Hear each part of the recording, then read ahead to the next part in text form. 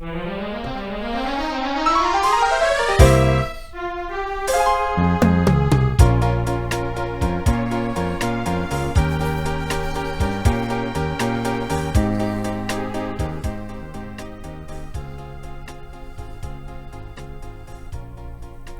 thème de ce message, le plan de Dieu pour son Église et son origine.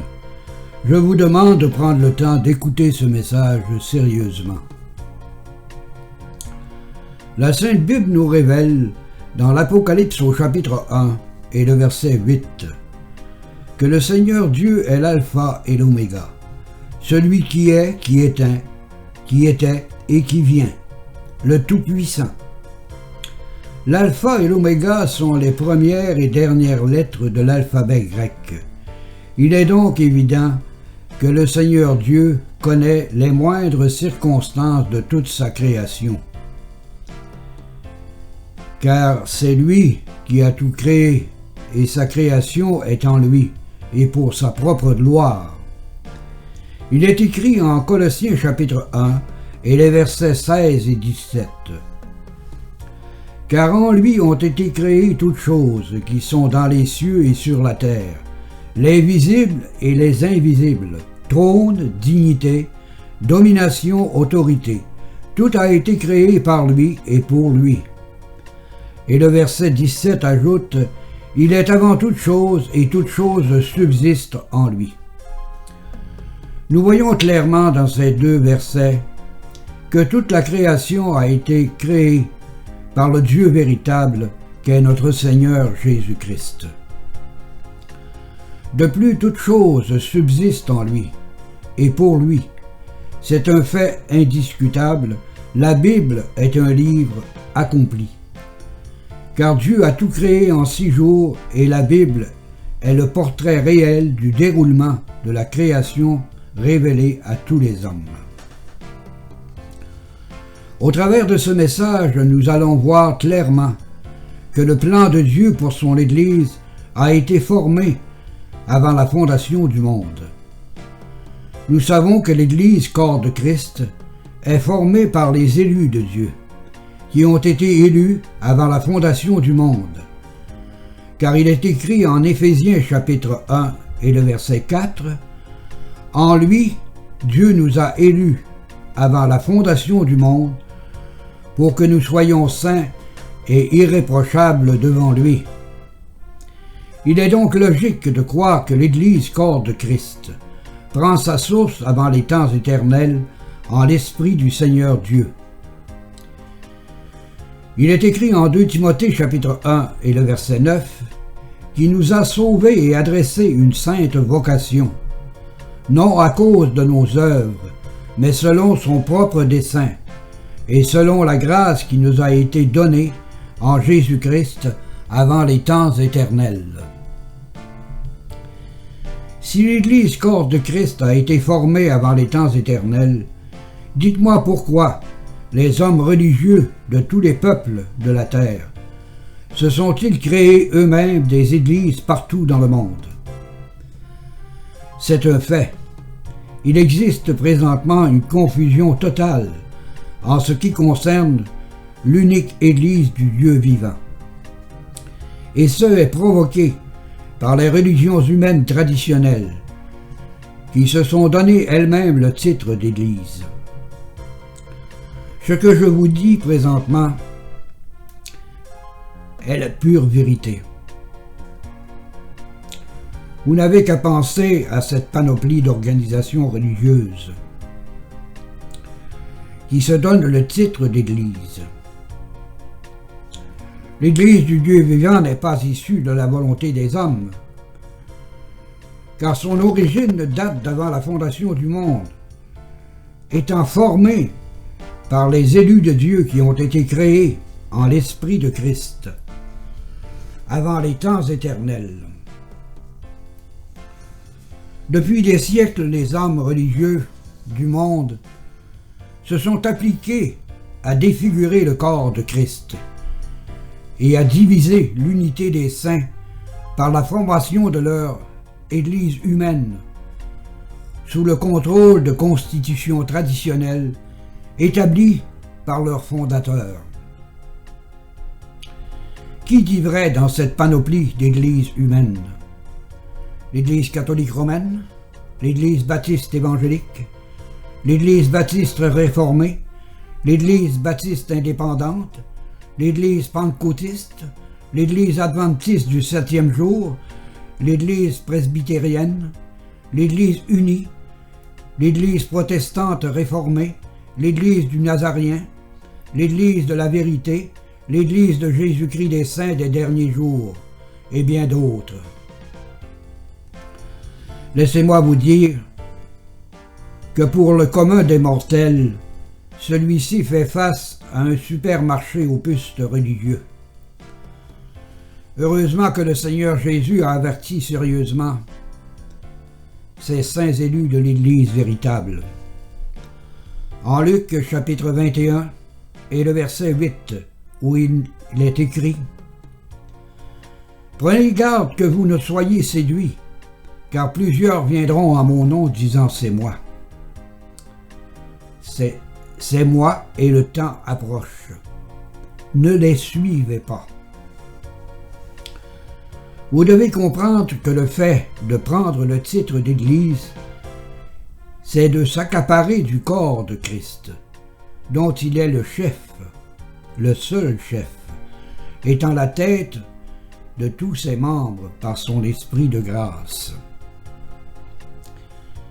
Écoutez ce que déclare l'Épître aux Éphésiens au chapitre 1 et les versets 22 et 23, où il est écrit « Il a tout mis sous ses pieds, et il l'a donné pour chef suprême à l'Église. » Et le verset 23 ajoute « Qui est son corps, la plénitude de celui qui remplit tout en tous. »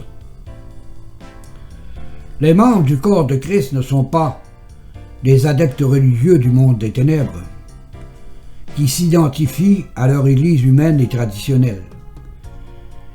Ils ne sont pas étrangers à la vie de l'Esprit qui habite en eux. Écoutez ce que déclare Éphésiens chapitre 2 et les versets 19 à 22. Je vais faire des pauses à chaque verset, afin de vous donner des explications très précises. Regardons le verset 19 d'Éphésiens chapitre 2, où il est écrit « Ainsi donc, vous n'êtes plus des étrangers, ni des gens du dehors, mais vous êtes concitoyens des saints, gens de la maison de Dieu. » Les saints élus de l'Église ne peuvent pas être des étrangers aux yeux de Dieu, car c'est l'Esprit de Dieu lui-même qui a fait d'eux des enfants de Dieu. Il est écrit en Romains chapitre 8 et le verset 16 « L'Esprit lui-même rend témoignage à notre esprit que nous sommes enfants de Dieu. » Combien de personnes qui fréquentent des églises humaines traditionnelles croient être des membres du corps de Christ, l'Église du Dieu vivant, et ce sans être nés de l'Esprit. Ces personnes suivent la tradition sans être d'authentiques membres du corps de Christ. De plus, leur compréhension de la parole de Dieu est diluée en raison des fausses conceptions bibliques traditionnelles qui circulent à leur esprit. Poursuivons notre étude du chapitre 2 d'Éphésiens et le verset 19, qui nous dit que les saints de l'Église ne sont pas des gens du dehors. Il est évident que les saints de l'Église ne sont pas des gens du dehors, car la grâce de Dieu leur a été accordée avant les temps éternels. Il est écrit en 2 Timothée chapitre 1 verset 9 qui nous a sauvés et nous a adressé une sainte vocation, non à cause de nos œuvres, mais selon son propre dessein, et selon la grâce qui nous a été donnée en Jésus-Christ avant les temps éternels. Il est évident que l'Église du Dieu vivant tire son origine directement du dessein de Dieu à l'égard de ses élus, et que les hommes religieux du monde des ténèbres, qui se sont eux-mêmes formés des églises humaines traditionnelles, n'ont aucun lien avec la volonté de Dieu, qui a lui-même créé son propre plan pour l'élection des saints du corps de son Fils bien-aimé, notre Seigneur Jésus-Christ.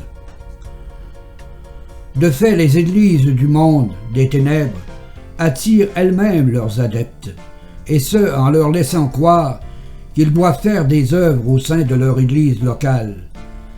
Bref, leurs adeptes deviennent des hommes religieux qui poireautent toute leur vie, dans des systèmes humains, sous le contrôle des hommes et non sous la gouverne du Saint-Esprit. C'est par son esprit et par la puissance de sa parole que le Père attire ses élus vers Jésus-Christ. Écoutez ce que dit le Seigneur dans l'Évangile de Jean, au chapitre 8 et les versets 44 et 46. Peut-être le chapitre 6 plutôt. « Nul ne peut venir à moi si le Père qui m'a envoyé ne l'attire, et je le ressusciterai au dernier jour. » Et le verset 45, il est écrit « Dans les prophètes, ils seront tous enseignés de Dieu.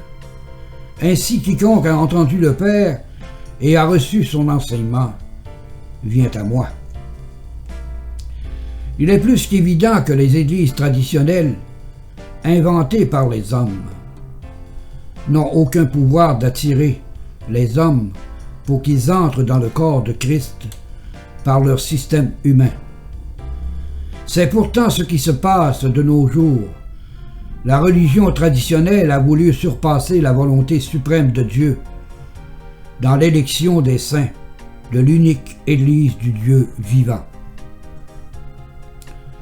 Regardons maintenant la fin du verset 19 d'Éphésiens, chapitre 2, où il est écrit « Mais vous êtes concitoyens des saints, gens de la maison de Dieu. » Les membres du corps de Christ sont des gens de la maison de Dieu, parce qu'ils forment ensemble la véritable Église, et que leurs noms sont déjà écrits dans les cieux. C'est ce que le Seigneur Jésus a révélé à ses disciples dans Luc chapitre 10 et le verset 20, où il leur dit « Cependant ne vous réjouissez pas de ce que les esprits vous sont soumis, mais réjouissez-vous de ce que vos noms sont écrits dans les cieux. » Il est donc évident que selon cette parole du Seigneur Jésus, que le Seigneur a révélé à ses disciples leur origine, il est plus qu'évident que selon cette parole du Seigneur Jésus, que la source des membres de l'Église prend racine avant la fondation du monde, et ce selon le dessein de la volonté suprême de Dieu, qui a lui-même écrit les noms de ses saints de l'Église véritable. Les églises humaines et traditionnelles ont toutes une même tendance, celle de former des adeptes religieux, en leur laissant croire qu'elles sont dans l'Église véritable, en devenant des membres de leur organisation religieuse. Ce système d'approche est tout à fait le contraire de la vérité des Actes des Apôtres. Au chapitre 2 et le verset 47 où il est écrit « Louant Dieu et trouvant grâce auprès de tout le peuple, et le Seigneur ajoutait chaque jour à l'Église ceux qui étaient sauvés. » Vous remarquerez qu'il n'est pas écrit que c'est les églises traditionnelles humaines qui ajoutaient à l'Église véritable ceux qui étaient sauvés, mais que seul le Seigneur, par son Esprit, pouvait ajouter à son corps ceux qui étaient prédestinés à vivre dans la gloire de son Esprit. C'est une vérité biblique indiscutable, immuable. L'Église véritable est issue du plan de Dieu, qui tire son origine avant les temps éternels. Les églises humaines traditionnelles se sont données pour objectif de sauver tous les pécheurs perdus, mais ce n'est pas ce que le Seigneur a révélé. En Matthieu chapitre 22, le verset 14, il nous dit « Car il y a beaucoup d'appelés, mais peu d'élus. Que vous le vouliez ou non, dans la création de Dieu, il y a des élus. Il y a aussi des perdus. » Regardons maintenant le verset 20 d'Éphésiens chapitre 2, où il est écrit « Vous avez été édifiés sur le fondement des apôtres et des prophètes, Jésus-Christ étant la pierre angulaire. » Les apôtres et les prophètes ont eu une révélation claire et précise en ce qui concerne le déroulement de la création de Dieu, et ce tant dans les cieux que sur la terre. La Bible, c'est le déroulement de la création de Dieu, qui est déjà tout accompli à ses yeux. C'est pour cette raison qu'aucune créature de Dieu ne pourra séparer les élus de Dieu en Jésus-Christ, qui forment ensemble l'Église corps de Christ. Écoutez ce que révèle Romains chapitre 8 et les versets 38 et 39, où il est écrit « Car j'ai l'assurance que ni la mort, ni la vie, ni les anges, ni les dominations, ni les choses présentes, ni les choses à venir. » Et le verset 39 ajoute « Ni les puissances, ni la hauteur, ni la profondeur, ni aucune créature ne pourra nous séparer de l'amour de Dieu manifesté en Jésus-Christ notre Seigneur. » Il est tout à fait logique de penser que le Christ, qui est la tête de l'Église, ne peut pas être séparé de son corps.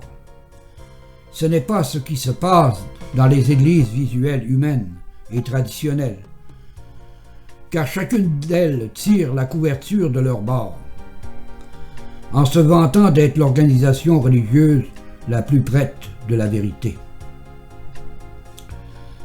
Ces organisations religieuses se vantent de former ensemble l'Église de Jésus-Christ, alors qu'elles sont divisées entre elles.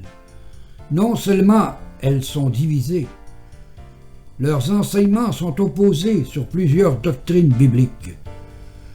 Nous voyons clairement, par leur agissement, que les églises visuelles sont sous le contrôle des hommes et non sous la gouverne du Saint-Esprit, qui garde les saints élus de la véritable Église dans la vérité unique de la parole de notre grand Dieu. Regardons la suite du verset 20 d'Éphésiens chapitre 2, qui nous dit que Jésus-Christ lui-même étant la pierre angulaire. Il faut comprendre que Jésus-Christ n'est pas seulement la pierre angulaire de l'Église, il est aussi la pierre angulaire de toute sa création, qu'il tient dans ses mains, et de ce fait nulle créature n'est cachée devant lui, et ce, tant ses élus que les damnés. Écoutez ce que déclare Hébreux chapitre 4 et les versets 13 et 14. Nulle créature n'est cachée devant lui, mais tout est nu et découvert aux yeux de celui à qui nous devons rendre compte. Et le verset 14 ajoute « Ainsi, puisque nous avons un souverain sacrificateur qui a traversé les cieux, Jésus, le Fils de Dieu, demeurons fermes dans la foi que nous professons. »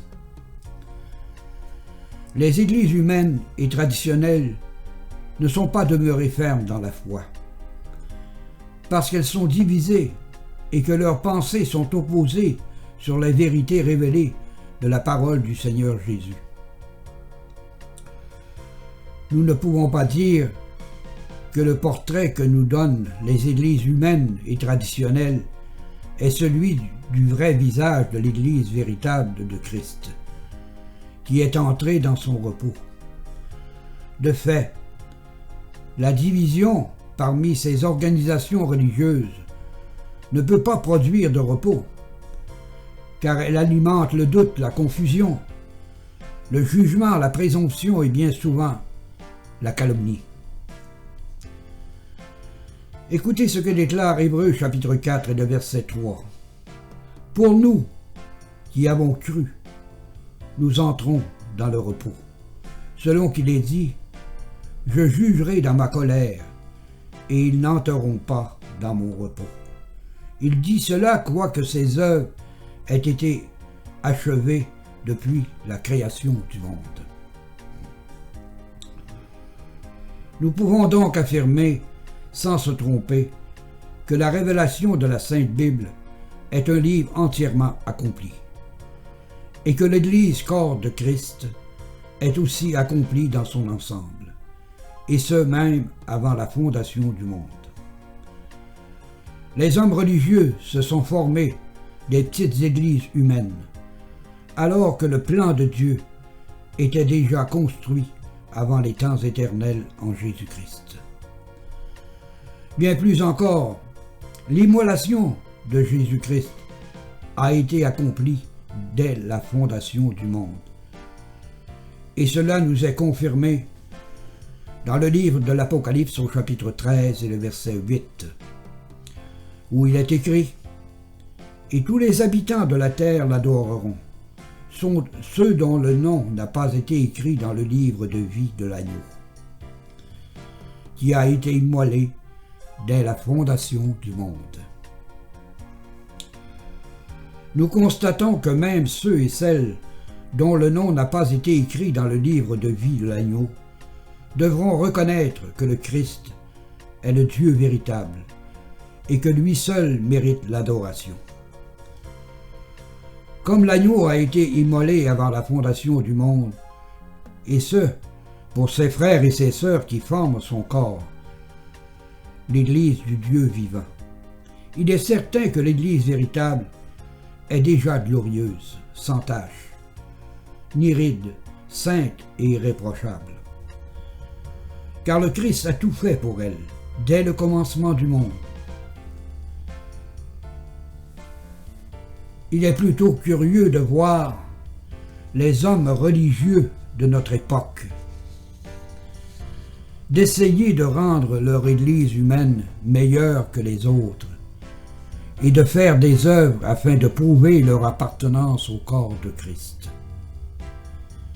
Ce n'est pas les œuvres d'une Église humaine locale qui démontrent l'appartenance au corps de Christ.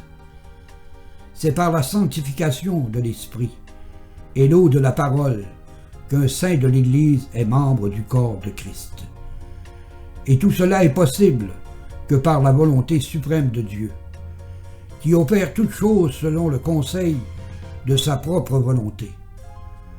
Car il est écrit en Éphésiens chapitre 5 et les versets 26 et 27, afin de la sanctifier en la purifiant et en la lavant par l'eau de la parole.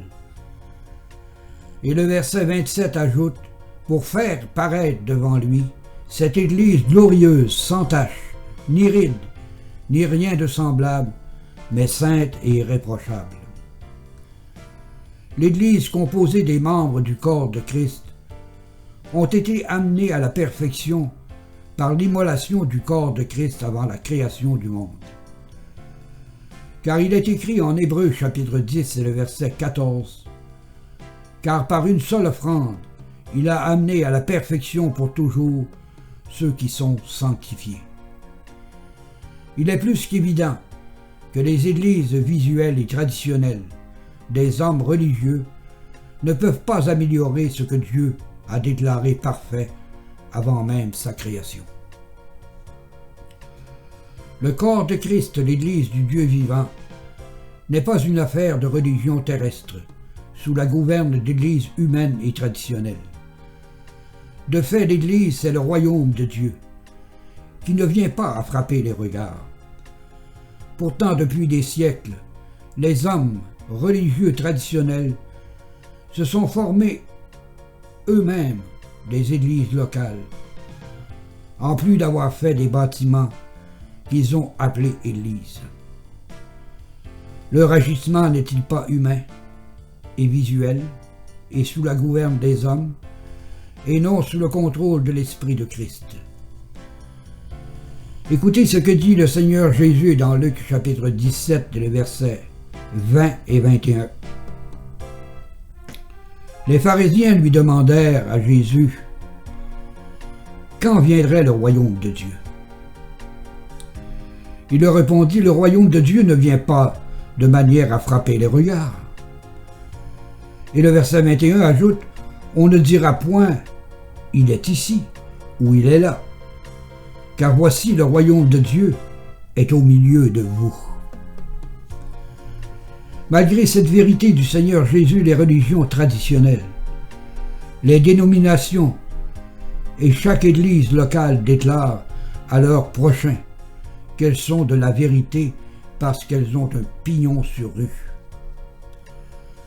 Laissez-moi vous dire qu'il vaut mieux pour un élu de Dieu d'être dans un petit troupeau qui marche sous la gouverne de l'Esprit, dans la fidélité et l'obéissance à la parole du Seigneur Jésus, que d'être dans un grand troupeau, prisonnier de la tradition trompeuse des hommes, qui cherchent à démontrer leur spiritualité par leurs œuvres humaines. Les églises humaines et traditionnelles ont oublié que les saints élus qui forment le corps de Christ, la véritable Église du Dieu vivant, ne cherchent pas à se valoriser par leurs œuvres et à démontrer leurs exploits religieux pour recevoir la gloire des hommes. Car leur vie est cachée avec Christ en Dieu. Car il est écrit en Colossiens chapitre 3 et les versets 3 et 4 « Car vous êtes morts, et votre vie est cachée avec Christ en Dieu. » Et le verset 4 ajoute « Quand Christ votre vie paraîtra, alors vous paraîtrez aussi avec lui dans la gloire. » L'Église du Dieu vivant n'est pas divisée comme nous le voyons de nos jours, par les religions, les dénominations et les organisations qui se réclament de Christ. Les membres du corps de Christ sont unis par le moyen de la foi que Dieu a transmis une fois pour toutes aux saints élus de Dieu.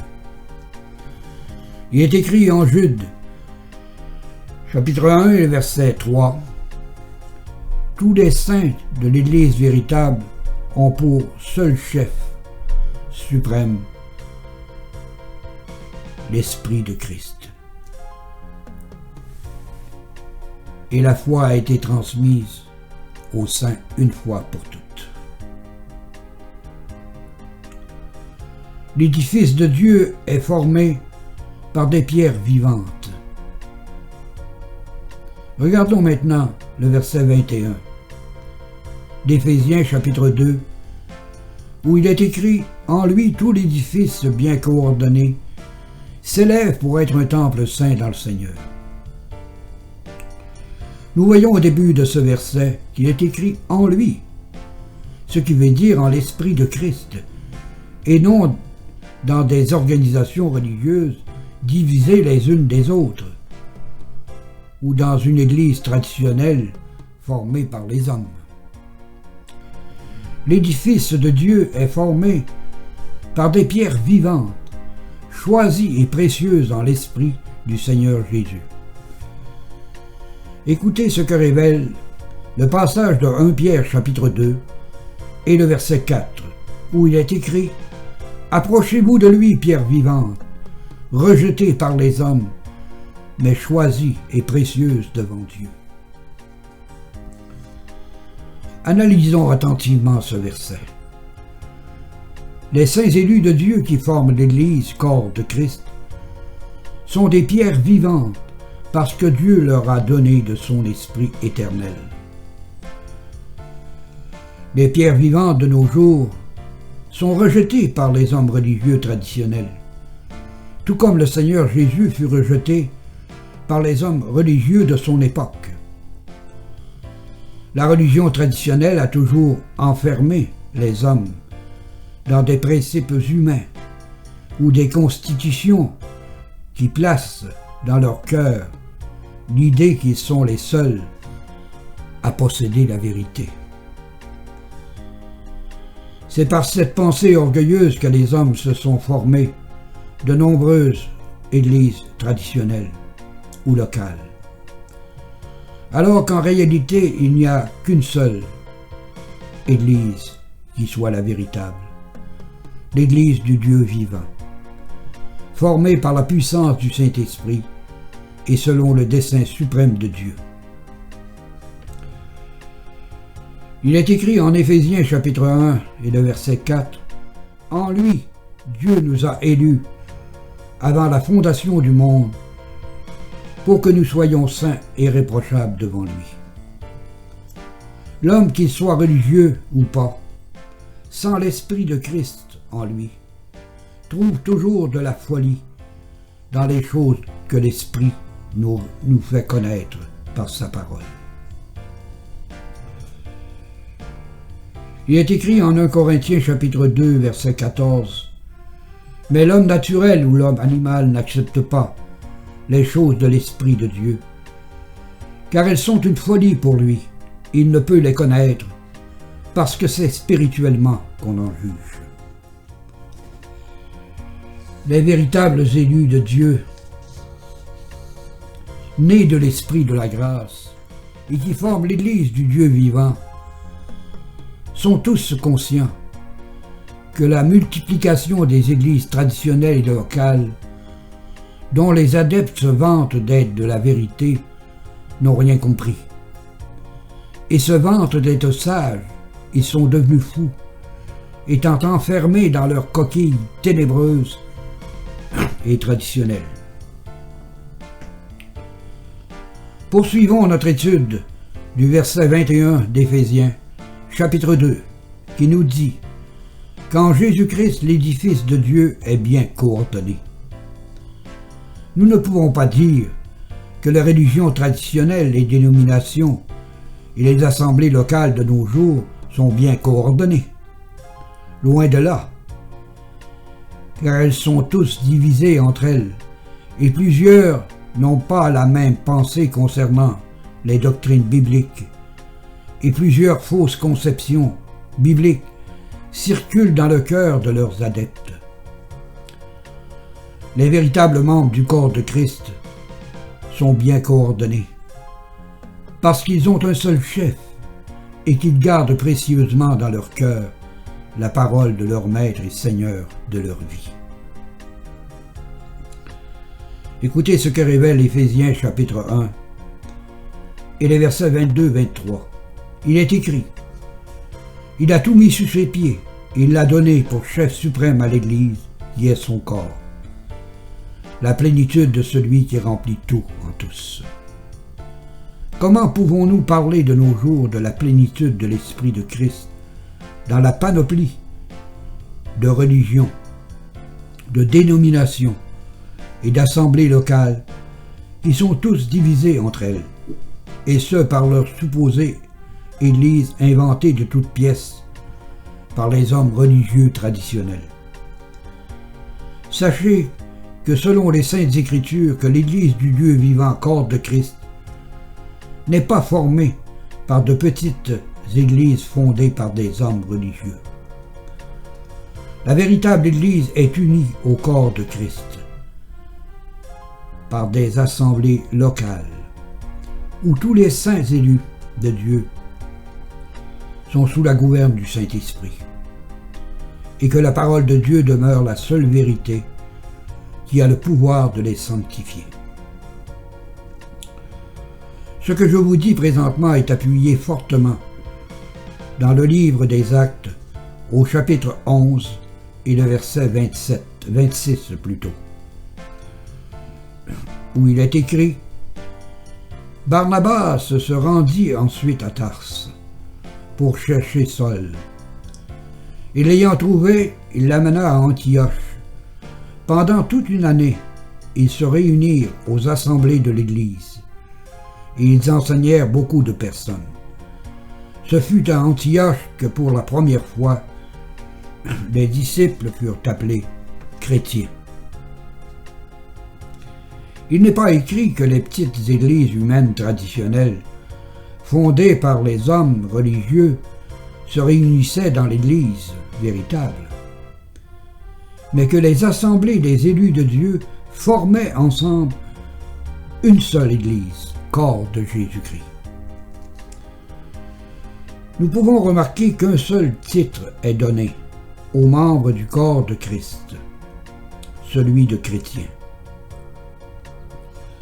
De nos jours, les titres d'identification des églises traditionnelles religieuses, des dénominations et des églises locales sont si nombreux que les hommes et les femmes de notre génération ne savent plus qui dit vrai, qui sont réellement les véritables chrétiens, et où trouver parmi cette panoplie de supposées églises traditionnelles la vérité de notre grand Dieu. Heureusement que le Seigneur Jésus nous a dit où trouver le chemin, la vérité qui conduit au Père éternel. Dans l'évangile de Jean au chapitre 14 et verset 6 où il est écrit, Jésus lui dit, « Je suis le chemin, la vérité et la vie. Nul ne vient au Père que par moi. » Les religions traditionnelles, les dénominations et les églises locales ont tous une même tendance, celle de déclarer qu'elles sont dans le bon chemin, qu'elles enseignent la vérité de la parole de Dieu et que leur prédication peut vous conduire au Père éternel. Combien de personnes de nos jours confessent être chrétiennes en s'identifiant à leur religion traditionnelle, à leur dénomination ou à leur église locale, et ce sans avoir en elles la connaissance du Dieu véritable qu'est notre Seigneur Jésus-Christ.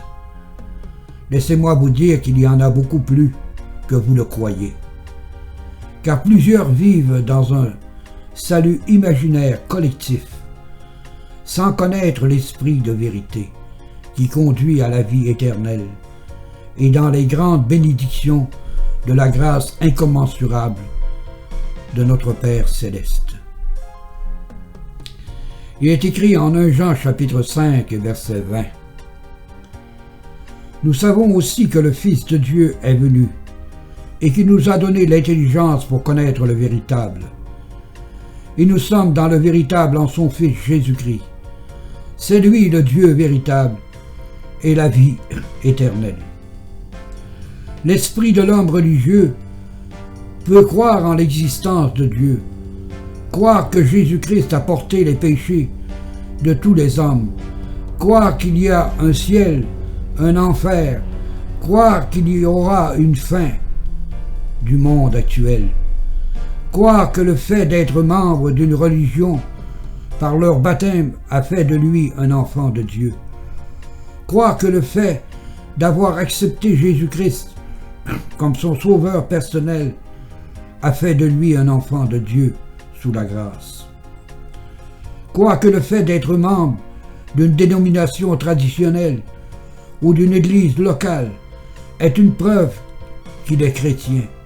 Croire que tous ceux et celles qui confessent être chrétiens et chrétiennes sont de ce fait des personnes sauvées. Toutes ces croyances sont formées par l'imagination humaine et basées sur des pensées populaires collectives et traditionnelles. De plus, ces pensées humaines et traditionnelles donnent à l'homme l'impression qu'il a le pouvoir de prendre la décision lui-même d'entrer dans le salut éternel en Jésus-Christ et de faire partie de l'Église corps de Christ par son adhésion personnelle à une religion, une dénomination ou une église locale. Ces croyances sont devenues très populaires dans les églises humaines et traditionnelles, et ce par le supposé libre arbitre de l'homme, ce qui est tout à fait le contraire de ce que nous déclare la parole de Dieu. Par son adhésion personnelle à une religion, l'homme ne peut pas entrer de lui-même dans la grâce. Ces croyants sont devenus des personnes qui se croient elles-mêmes dans le droit chemin, alors qu'en réalité, ils sont en direction opposée du ciel. Il est écrit en Romains chapitre 8, et les versets 28 et 29. Nous savons du reste que toute chose concourt au bien de ceux qui aiment Dieu, de ceux qui sont appelés selon son dessein. Nous voyons clairement dans ce verset que le libre arbitre de l'homme n'a aucun lien avec le salut en Jésus-Christ. Car le salut que Dieu accorde à une personne, à un pécheur, vient uniquement du dessein de Dieu et non de la décision humaine. Ce qui est tout à fait logique, car le salut est une grâce que Dieu accorde à tous ses élus, qui forment ensemble l'Église corps de Christ, étant tous unis dans l'Esprit du Seigneur. Regardons maintenant le verset 29 de Romains chapitre 8, qui nous dit « Car ceux qu'il a connus d'avance, il les a prédestinés à être semblables à l'image de son Fils, afin que son Fils soit le premier-né de beaucoup de frères. » C'est un fait biblique indiscutable. Dieu a connu d'avance tous les membres du corps de Christ, son Église,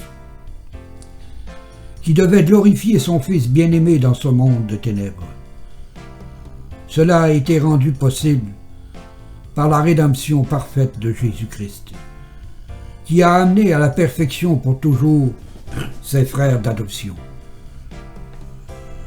Car il est écrit en Hébreux chapitre 10 et le verset 14, « Car par une seule offrande il a amené à la perfection pour toujours ceux qui sont sanctifiés. » Les saints élus de Dieu ne deviennent pas saints par leur adhésion personnelle à Christ, ni par leur union à une religion, une dénomination ou une église locale, mais ils sont saints par l'offrande du corps de Christ, qui fut immolé avant les temps éternels, donc avant le monde que nous trouvons aujourd'hui. Écoutez ce que déclare 2 Thessaloniciens chapitre 2 et le verset 13. « Pour nous, frères bien-aimés du Seigneur, nous devons à votre sujet rendre continuellement grâce à Dieu, parce que Dieu vous a choisi dès le commencement pour le salut, par la sanctification de l'Esprit et par la foi en la vérité. Il est évident que c'est Dieu lui-même qui a choisi les saints élus de l'Église, corps de Christ. Nous sommes bien loin de la fausse conception biblique du libre arbitre de l'homme face à Dieu. Vous comme moi, vous avez entendu cette phrase sortir de la bouche de certains prédicateurs. Acceptez Jésus-Christ comme votre sauveur personnel, et ce par la foi. Ou encore mettez votre confiance en Dieu. Ce genre d'appel laisse croire à l'homme que la foi existe dans son cœur avant d'être sauvé. Ce qui est une fausseté biblique, car la foi est un moyen issu de la grâce de l'Esprit de Dieu. Car il est écrit en Jude chapitre 1 et le verset 3, « Bien-aimés, alors que je désirais vivement vous écrire au sujet de notre salut commun, je me suis senti obligé de vous envoyer cette lettre pour vous exhorter à combattre pour la foi qui a été transmise aux saints une fois pour toutes. » Comme vous le voyez dans ce verset, la foi a été transmise seulement aux saints élus du corps de Christ, l'Église du Dieu vivant. Mais vous êtes témoins comme moi que les églises traditionnelles, les dénominations et les églises locales formées par la tradition et par la volonté des hommes laissent croire à leur prochain que la foi existe dans le cœur avant d'être entrée dans le salut par la grâce divine. N'est-ce pas là un mensonge qui est répandu partout dans le monde par les fausses églises humaines et leurs traditionnelles prédications trompeuses? Ce qui est malheureux, c'est que des frères et des sœurs vraiment nés de l'esprit fréquentent ce genre d'église humaine traditionnelle. Bien souvent, le Saint-Esprit leur fait voir qu'il y a des déviations scripturaires très sérieuses au sein de leur église fondée par les hommes. Mais ils n'osent pas en parler, ni se séparer de leur tradition. Dans cette situation, ces chrétiens et chrétiennes vivent non pas dans la liberté en Jésus-Christ, mais dans les pièges du diable, qui s'est formé lui-même des petites églises humaines et traditionnelles, où les fausses conceptions bibliques circulent partout dans le monde des ténèbres. C'est ici la réalité des saints élus de Dieu qui doivent faire face à l'apostasie de la fin des temps, où plusieurs se réclament de Christ sans être nés de l'esprit de vérité. Vous avez été témoin par ce message que le plan de l'Église du Dieu vivant tire son origine d'avant les temps éternels, ou avant la fondation du monde, et que même l'immolation du Seigneur Jésus était accomplie avant que le monde existe. Les saints élus de Dieu devraient tous comprendre au fond de leur cœur que la Sainte Bible est un livre unique dans sa conception, car toutes ces écritures renferment en elles-mêmes des vérités déjà accomplies, ayant été créées par l'Éternel Dieu, qui n'a jamais eu de commencement et qui n'aura jamais de fin. Donc pour notre Dieu, sa création est un temps présent, et personne ne peut y ajouter quoi que ce soit. Car Dieu a tout créé en 6 jours, et soyez persuadés que les saints élus de la véritable Église, corps de Christ, habitaient déjà en l'esprit de leur Sauveur avant que le monde existe. De nos jours, plusieurs adeptes des religions, des dénominations et des églises humaines traditionnelles cherchent des solutions à leurs problèmes temporels en écrivant des livres qui renferment supposément des pistes de solutions pour régler le péché dans leur vie. Ces organisations religieuses ont oublié que seule la parole de Dieu a un pouvoir de sanctification et que seul le Saint-Esprit, par sa grâce, peut rendre l'homme libre face à la loi du péché qui le condamne. Sachez que notre grand Dieu tient sa création tout entière dans sa main. Et de ce fait, tous les hommes devraient comprendre que tout ce qui est sorti de la bouche de Dieu est déjà accompli. C'est pour cette raison que Dieu dit de lui-même « Je suis parce que je suis ». Donc l'Éternel Dieu est un être suprême, étant toujours présent dans sa création immuable et éternelle. Si tu as compris ce message par le Saint-Esprit, et si tu es vraiment un saint, un élu de Dieu, faisant partie du corps de Christ, demande à ton Père céleste de te conduire vers des frères et des sœurs nés de l'Esprit, du même esprit que toi, car il y a certainement des saints qui seront heureux de t'accueillir au sein de l'assemblée des saints élus de Dieu, où le Christ est au milieu d'eux et où sa parole est la seule vérité qui sanctifie le cœur et l'esprit. Toi qui as écouté ce message de vérité, peut-être es-tu un élu des saints de l'Église corps de Christ qui n'a pas encore entendu la voix de ton Maître. Écoute bien ce que Jésus-Christ dit dans l'évangile de Jean au chapitre 10 et les versets 26 à 28. Il est écrit: vous ne croyez pas parce que vous n'êtes pas mes brebis. Il ajoute au verset 27: mes brebis entendent ma voix, je les connais, et elles me suivent. Et le verset 29, en terminant, nous dit: je leur donne la vie éternelle, et elles ne périront jamais, et personne ne les ravira de ma main. Si tu as reconnu, par ce message tiré de la parole de Dieu, la voix du Seigneur, et si tu te sens attiré vers le Christ, c'est parce que ton Père Céleste t'appelle aujourd'hui à entrer dans sa grâce éternelle par son esprit de vérité. Si tu reconnais que tu as péché contre ton Dieu créateur, c'est parce que Dieu le veut. Demande-lui de t'accorder une repentance à salut, c'est-à-dire la force et le courage de te détourner de ta vie de péché et de comprendre que Jésus-Christ a porté tes propres péchés en sa chair, qu'il a versé son sang pour te racheter, qu'il est mort et ressuscité pour que tu sois justifié par le sang précieux de sa grande rédemption éternelle. Demande à ton Dieu de te donner de son esprit par le nom de Jésus-Christ.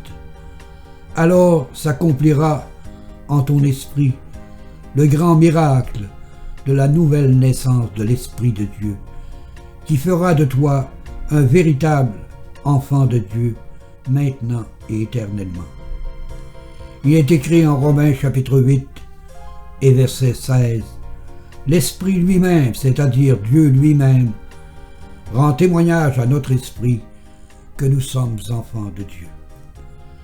J'espère au fond de mon cœur que ce message aura été pour vous une source de connaissance dans la vérité unique de la parole de celui qui a tout accompli pour nous, afin de nous amener maintenant dans sa gloire éternelle, notre Seigneur Jésus-Christ. Amen. À notre grand Dieu, notre Père, soit la gloire maintenant et éternellement. Amen.